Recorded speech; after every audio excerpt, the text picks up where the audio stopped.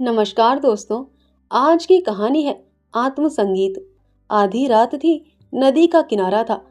आकाश के तारे स्थिर थे और नदी में उसका प्रतिबिंब लहरों के साथ चंचल, एक स्वर्गीय संगीत की मनोहर और जीवनदायिनी प्राण पोषणी ध्वनि इस निस्तब्ध और तमोमय दृश्य पर इस प्रकार छा रही थी जैसे हृदय पर आशाएं छाई रहती हैं या मुखमंडल पर शोक। रानी मनोरमा ने आज गुरु दीक्षा ली थी। दिन भर दान और व्रत में व्यस्त रहने के बाद मीठी नींद की गोद में सो रही थी। अकस्मात उसकी आंखें खुली और ये मनोहर ध्वनियां कानों में पहुंची। वह व्याकुल हो गई, जैसे दीपक को देखकर पतंग। वह अधीर हो उठी, जैसे खांड की गंध पाकर चींटी। वह उठी और द्वारपालों एवं चौकीदारों की दृष्टियां बचाती हुई राजमहल से बाहर निकल आई। जैसे वेदनापूर्ण क्रंदन सुनकर आंखों से आंसू निकल जाते हैं। सरिता तट पर कटीली झाड़ियां थी, ऊंचे कगारे थे, भयानक जंतु थे और उनकी डरावनी आवाजें। शव थे और उनमें भी अधिक भयंकर उनकी कल्पना। मनोरमा कोमलता और सुकुमारता की मूर्ति थी, परंतु उस मधुर संगीत का आकर्षण उसे तन्मयता की अवस्था में खींचे लिए जाता था। उसे आपदाओं का ध्यान न था। वह घंटों चलती रही, यहाँ तक कि मार्ग में नदी ने उसका गतिरोध किया। मनोरमा ने विवश होकर इधर उधर दृष्टि दौड़ाई। किनारे पर एक नौका दिखाई दी। निकट जाकर बोली, माँ जी, मैं उस पार जाऊंगी। इस मनोहर राग ने मुझे व्याकुल कर दिया है। माँ जी, रात को नाव नहीं खोल सकता। हवा तेज है और लहरें डरावनी, जान जोखिम है। मनोरमा, मैं रानी मनोरमा हूँ। नाव खोल दे, मुंह मांगी मजदूरी दूंगी। मां जी, तब तो नाव किसी तरह नहीं खोल सकता। रानियों का इसमें निभा नहीं। मनोरमा, चौधरी, तेरे पांव पड़ती हूँ, शीघ्र नाव खोल दे। मेरे प्राण खींचे चले जाते हैं। मां जी, क्या इनाम मिलेगा? मनोरमा, जो तू मांगे। मां जी, आप ही कह दे, गंवार क्या जानो कि रानियों से क्या चीज मांगनी चाहिए। कहीं कोई ऐसी चीज ना मांग बैठूं जो आपकी प्रतिष्ठा के विरुद्ध हो। मनोरमा, मेरा यह हार अत्यंत मूल्यवान है, मैं इसे खेवे में देती हूँ। मनोरमा ने गले से हार निकाला। उसकी चमक से मांझी का मुखमंडल प्रकाशित हो गया। वह कठोर और काला मुख जिस पर झुर्रियां पड़ी थी। अचानक मनोरमा को ऐसा प्रतीत हुआ मानो संगीत की ध्वनि और निकट हो गई है। कदाचित कोई पूर्ण ज्ञानी पुरुष आत्मानंद के आवेश में उस सरिता तट पर बैठा हुआ उस निस्तब्ध निशा को संगीत पूर्ण कर रहा है। रानी का हृदय उछलने लगा। आह, कितना मनोमुग्ध कर राग था। उसने अधीर होकर कहा, मां जी, अब देर ना कर, नाव खोल। मैं एक क्षण भी धीरज नहीं रख सकती। मां जी, इस हार को लेकर मैं क्या करूंगा? मनोरमा, सच्चे मोती हैं मां जी, यह और भी विपत्ति है। मांझिन गले में पहनकर पड़ोसियों को दिखाएगी। वह सब ढहा से जलेंगी, उसे गालियां देंगी। कोई चोर देखेगा तो उसकी छाती पर सांप लौटने लगेगा। मेरी सुनसान झोपड़ी पर दिन दहाड़े डाका पड़ जाएगा। लोग चोरी का अपराध लगाएंगे। नहीं, मुझे यह हार नहीं चाहिए। मनोरमा, तो जो कुछ तू मांग वही दूंगी, लेकिन देर ना कर। मुझे अब धैर्य नहीं है, प्रतीक्षा करने की तनिक भी शक्ति नहीं है। इन राग की एक तान मेरी आत्मा को तड़पा देती है। मां जी, इससे भी अच्छी कोई चीज दीजिए। मनोरमा, अरे निर्दयी, तू मुझे बातों में लगाए रखना चाहता है। मैं जो देती है वह लेता नहीं, स्वयं कुछ मांगता नहीं। तुझे क्या मालूम मेरे हृदय की इस समय क्या दशा हो रही है।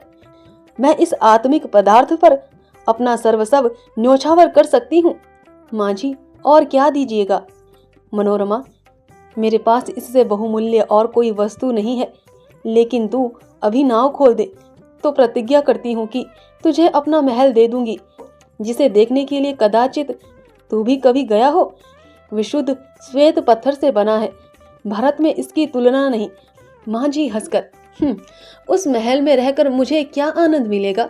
उल्टे मेरे भाई बंधु शत्रु हो जाएंगे। इस नौका पर अंधेरी रात में भी मुझे भय न लगता। आंधी चलती रहती है और मैं इस पर पड़ा रहता हूँ, किंतु वह महल तो दिन ही में फाड़ खाएगा। मेरे घर के आदमी तो उसके एक कोने में समा जाएंगे, और आदमी कहाँ से लाऊंगा? मेरे नौकर चाकर कहाँ? इतना माल असबाब कहाँ? उसकी सफाई और मरम्मत कहाँ से करूँगा? उसकी फुलवारियाँ सूख जाएंगी, उसकी क्यारियों में गीदड़ बोलेंगे और अटारियों पर कबूतर और अबाबिले घोंसले बनाएंगी। मनोरमा अचानक एक तन्मय अवस्था में उछल पड़ी। उसे प्रतीत हुआ कि संगीत निकट आ गया है। उसकी सुंदरता और आनंद अधिक प्रखर हो गया था। जैसे बत्ती उकसा देने से दीपक अधिक प्रकाशवान हो जाता है। पहले चिताकर्षण था तो अब आवेशजनक हो गया था। मनोरमा ने व्याकुल होकर कहा, आह, तो फिर अपने मुंह से कुछ क्यों नहीं मांगता? आह, कितना विरागजनक राग है, कितना विह्वल करने वाला। मैं अब तनिक धीरज नहीं धर सकती। पानी उतार में जाने के लिए जितना व्याकुल होता है, श्वास हवा के लिए जितनी विकल होती है, गंध उड़ जाने के लिए जितनी व्याकुल होती है, मैं उस स्वर्गीय संगीत के लिए उतनी व्याकुल हूँ। उस संगीत में कोयल की सी मस्ती है, पपीहे की सी वेदना है, श्यामा की सी विह्वलता है। इससे झरनों का सा जोर है, आंधी का सा बल, इसमें वह सब कुछ है। इससे विवेकाग्नि प्रज्वलित होती है, जिससे आत्मा समाहित होती है और अंतकरण पवित्र होता है। मांझी, अब एक क्षण का भी विलंब मेरे लिए मृत्यु की यंत्रणा है। शीघ्र नौका खोल। जिस सुमन की यह सुगंध है, जिस दीपक की यह दीप्ति है, उसे तक मुझे पहुंचा दे। मैं देख नहीं सकती। इस संगीत का रचयिता कहीं निकट ही बैठा हुआ है, बहुत निकट। मांझी, आपका महल मेरे काम का नहीं है, मेरी झोपड़ी उससे सुहावनी है। मनोरमा, हाय, तो अब तुझे क्या दूं?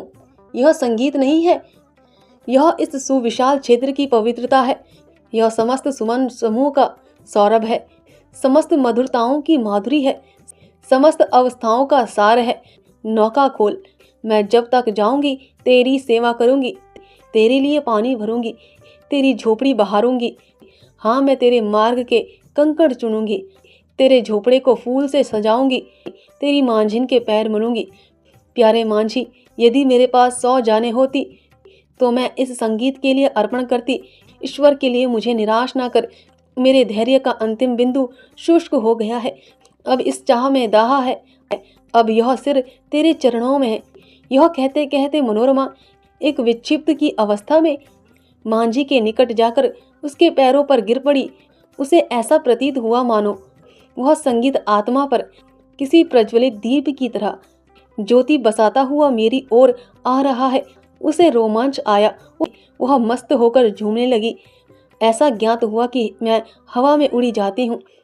उसे अपने पार्श्वर देश में तारे झिलमिलाते हुए दिखाई देते हैं। उस पर एक आम विस्मृत का भवावेश छा गया, और अब वही मस्ताना संगीत, वही मनोहर राग उसके मुंह से निकलने लगा। वही अमृत की बूंदें उसके अधरों से टपकने लगी। वह स्वयं इस संगीत की स्रोत थी। नदी के पास आने वाली ध्वनियां, प्राण पोषणी ध्वनियां उसी के मुंह से निकल रही थी। मनोरमा का मुखमंडल चंद्रमा की तरह प्रकाशमान हो रहा था और आंखों से प्रेम की किरणें निकल रही थी। धन्यवाद दोस्तों। आशा है आपको यह कहानी पसंद आई हो।